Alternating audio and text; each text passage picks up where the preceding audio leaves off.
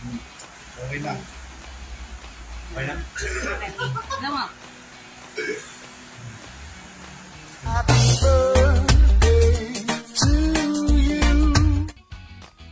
Happy 22nd birthday, anak.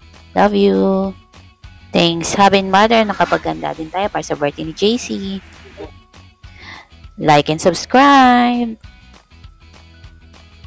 Paggigising ko early in the morning, nakita ko na si Mother nagluluto at meron na siyang isang recipe, ang pochero, ang request ng birthday boy. At nakapaggayat na rin ng mga gulay para sa pansit. Ayan na ang mga ibang ingredients. Ito na yung pampansit ni Mother. Malapit na rin matapos ng spaghetti. Lahat ng handa ni JC ay request niya. Nagising na ang birthday boy, nakapili na ng t-shirt. Dalawang binili ko sa ukay. Yan ang gusto niya, yung sky blue. Ito na yung kanyang pang carbonara, spaghetti, at isang pang elbow spaghetti. Lalagyan na lang namin ng ingredients. At nagre-ready na ako para pumunta at bumili ng cake niya. Medyo tanghali na, kaya nagmamadali na ako dyan. Hindi kasi ako pwedeng umalis na walang makeup at masyadong maputla. Yan, foundation muna tayo. Lahat kasi ng aking ginagamit kayo sa makeup ay puro sinasaid ko na muna kasi sayang. Yan, yung lipstick na light. Ginawa ko siyang concealer kasi naubos yung concealer ko. Yan, finishing touches para sa aking foundation.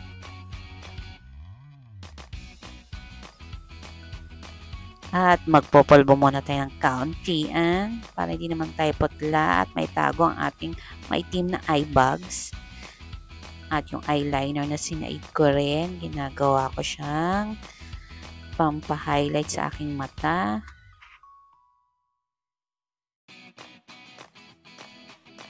At syempre pa, gawin din natin siyang eyeliner.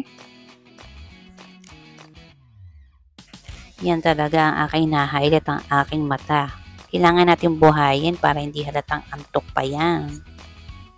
At di makukompleto ang makeup nang walang mascara. And of course, ang ating eyebrow gel. Suklay-suklay lang nang hindi magmukhang bro ha. Huwag nyo lang pasin aking double chin. A few moments later.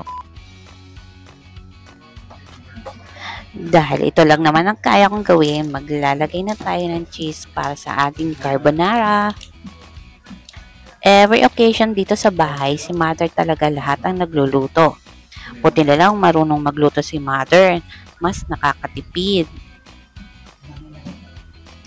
Ako lang naman tagalagay ng cheese sa carbonara, sa spaghetti, at sa elbow spaghetti.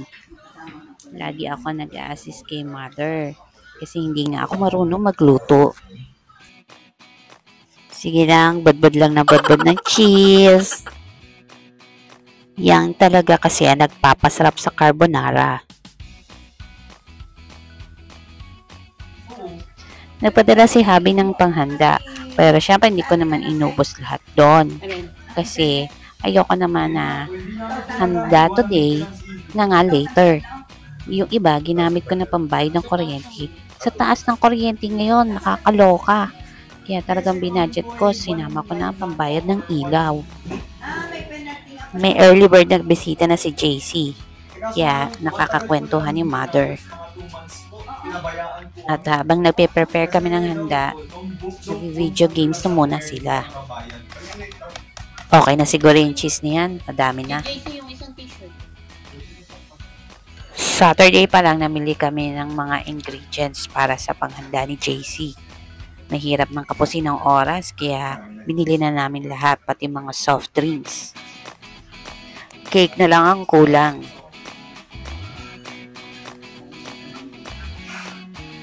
Ang lakas nga ng ulan no, nung namili kami. Pero fine, go lang. At tumili pa kami ng t-shirt niya sa ukayan. Ayan na yung finished product ng carbonara. Nilagyan ni mami ng ham. Ito na yung pochero, spaghetti, at ang elbow spaghetti na paborito ng anak ko. Kaya lalagyan na natin siya ng cheese. Parang mas masarap.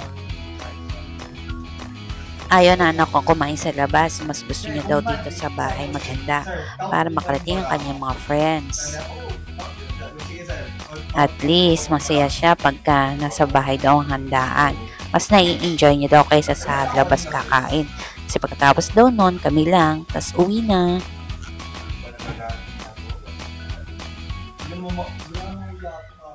Wala ko lang sa kapo, hindi sa tapos mo. Hindi kulang talaga, hindi lang talaga. Ha? Hindi na lang ako. Gusto mo tayo, yun lang. Yun lang. Diretso ako ng girlfriend dyan. No stop. Okay, almost ready na ang mga handa. A few moments later. Last finishing touches, magli-lipstick naman ako habang si mother at father ay nagluluto na ng pansit. All set and ready to go na tayo at bibili na tayo ng cake. Wait ko na lang si mother na makapagbihis para makaalis na kami. Red naman ang lipstick ko para buhay na buhay ang lips na hindi halatang namumutla na di pa nakakapag-breakfast. Lagay ng konting pang blush para red cheeks ko, no? Si father magluluto ng iba, chicken, Shanghai, at ang sisig. Check ko na ang oras dyan. Talagang medyo tanghali na. At baka dumating ng mga bisita niya.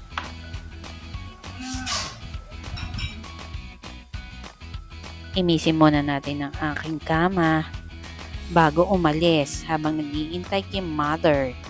Naliligo pa siya. A few moments later. Malapit na kami sa bibilihan namin dito sa Goldilocks. Plano namin bilhin yung bagong flavor sa Goldilocks. Eto na siya, yung new flavor nila. At yan na nga si Mara, hindi pa pwedeng hindi gagamitin kanyang senior citizen card para maka-discount.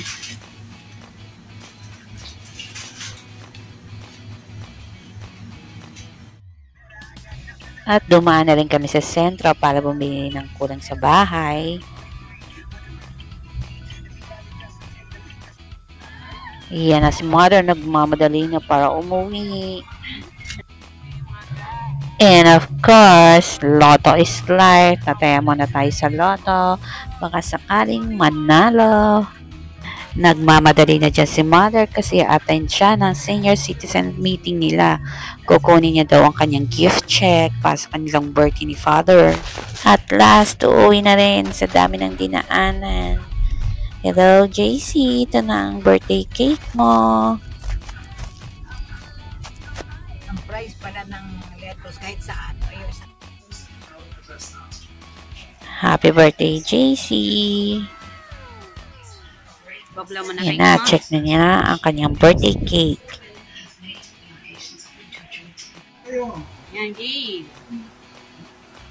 Happy birthday to you. Happy birthday to you. Happy birthday, happy birthday, happy birthday to you. Oy, patalag na tayo. Okay na. Okay na. Congratulations! I'm going to see you now, Jenny. Happy birthday to you.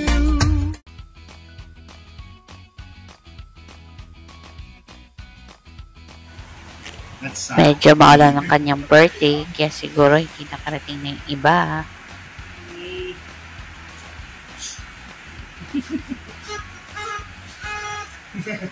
Ayan nga pala yung aking buso, si Miguel dito. Magkasay sila, di ba?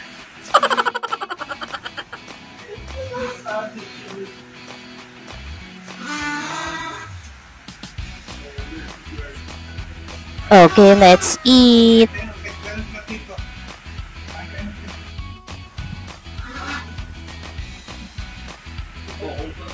Talagang si Father pag may handaan, talaga pinapakain niya yung cake. Yan.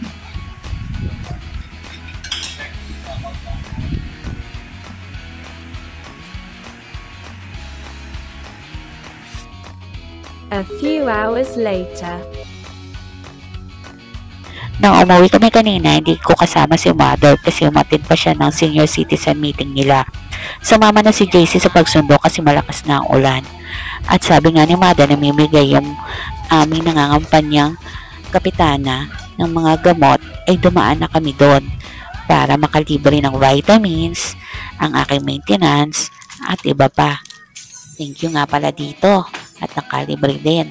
Mahal din kasi ang mga gamot, diba?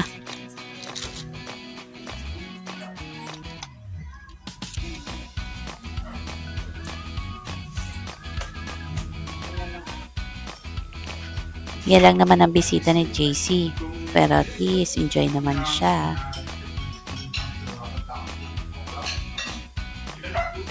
At syempre pa, mawawala ba ang pasyaron sa kanyang mga friendship? Inaabangan nila yan kasi masarap talaga ang luto ni Mother. At tinawag ko na rin mga pinsang ko para kumain. At sabi ko mag-picture muna sila ng mga friendship niya. At eto na ang hipag ko, dumating na at madalang regalo. Thank you for watching. Like and subscribe and click the notification bell para updated kayo sa mga susunod kong videos. Thank you. Bye!